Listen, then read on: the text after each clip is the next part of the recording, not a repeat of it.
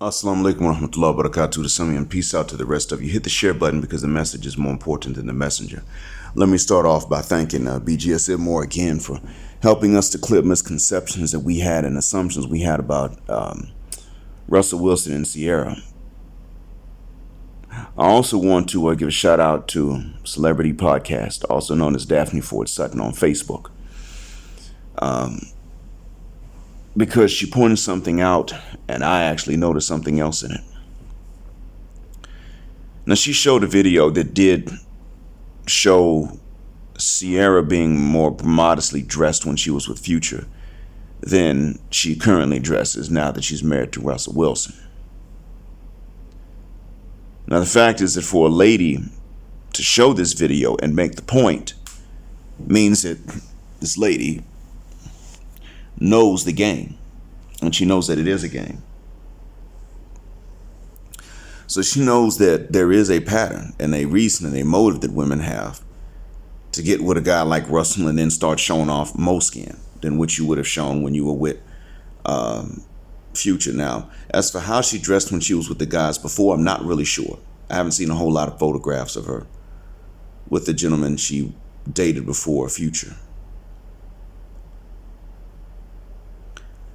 I do know that she is wearing less because this video shows her with Future and with Russell. But there's something else I noticed, and it's more important. She doesn't lean towards either of the men in the photographs. Sometimes she leans a bit away from Future, other times she stands perfectly straight. Most of the time, she's standing straight, not leaning towards or away from him.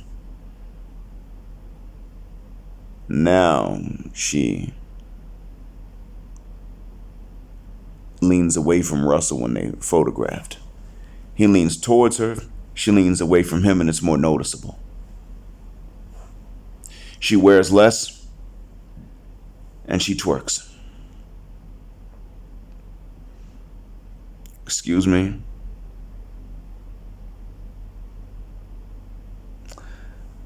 Ciara went to the zoo with Russell as a first date. That means he didn't have to do all the flashy things. The one that imprinted her is similar to Russell. What it is that gets to me about this is that it seems like there's evidence that shows that she can see that Russell is more straight-laced, more responsible, a better guy. She can see that. But she can't justify actually being into Russell more, even if she truly is. She can't justify that to the hyenocracy. So even with the choices she's made to validate Russell in ways she has not made to validate Future, there has to be something that she still does to not validate him, not show respect. Remember, the first one to ever knock her up was Future.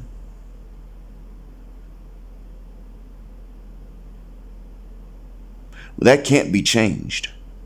Now, she left Future. Future wanted to stay. He wanted to drop things and commit to her. I don't think he would have succeeded in doing it, but that's what he wanted to do. She's going to be the one that got away.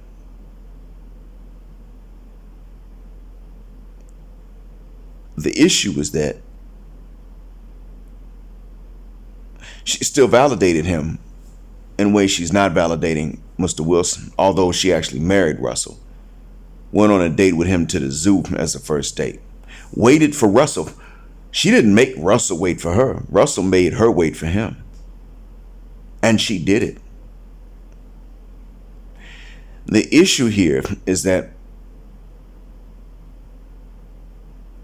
Russell still is an embarrassment to her in front of the Hive mind, in front of the Borg. He's in shape. He's a professional athlete. But because he's actually willing to grow up, at least cosmetically grow up in ways that Future wouldn't. Future was not going to put on a suit. And these were things she wanted Future to change, but Future was not about to put on a suit, and she left. Russell will put on a suit. She's with him. But the hyenocracy, the Borg, the hive mind still gets in her ear.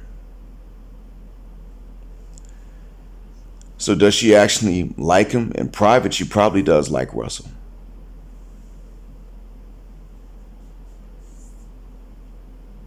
That's the kind that imprinted her. But what it shows is that the hive mind is so strong in Western women that if a Pookie imprints a woman, she cannot undo that imprint. But if what SWP would have called an educated lame imprints a woman, she can undo that imprint with a Pookie, because the hive mind says so. The Borg says so. The hyenocracy says so. When we're talking about these things, women are going to say, what hyenocracy do you mean? What hive mind? I think for myself. I choose for myself. They're all going to say that. But this shows that they know that there's one there. They know that there's hyenocracy. They're aware of it. It's not just socialization and then they independently choose, but they're influenced by the hyenocracy. It's not that. No, they are knowingly influenced by the hyenocracy and the hive mind. They can hear it in their ear. She's proof of that.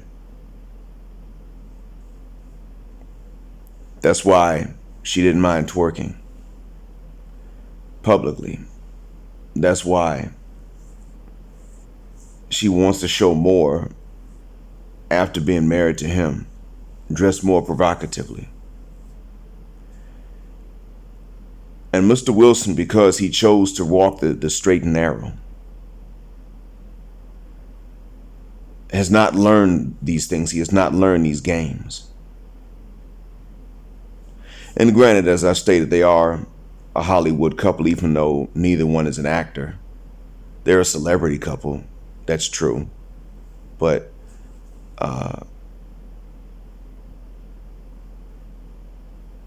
even though they are such, there are certain things that apply to them still. Maybe this is all scripted. He is looking at legacy, that's true. But unfortunately, he's looking at legacy with a woman that will validate other men more than him.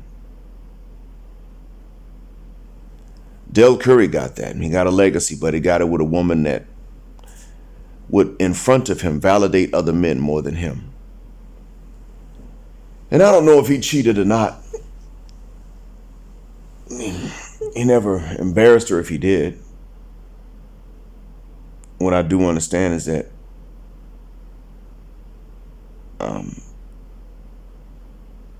I understand how he got treated in the end.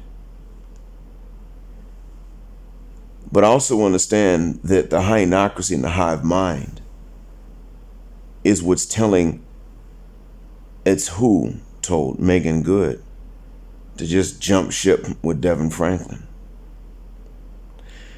That hive mind is also what told Devon Franklin to marry Megan Goode and try to save and rescue her, try to love her into a better woman. And it's telling Russell Wilson to try to love Ciara into a better woman. A more modest woman. And the whole time, these ladies out here trying to get attention from other men.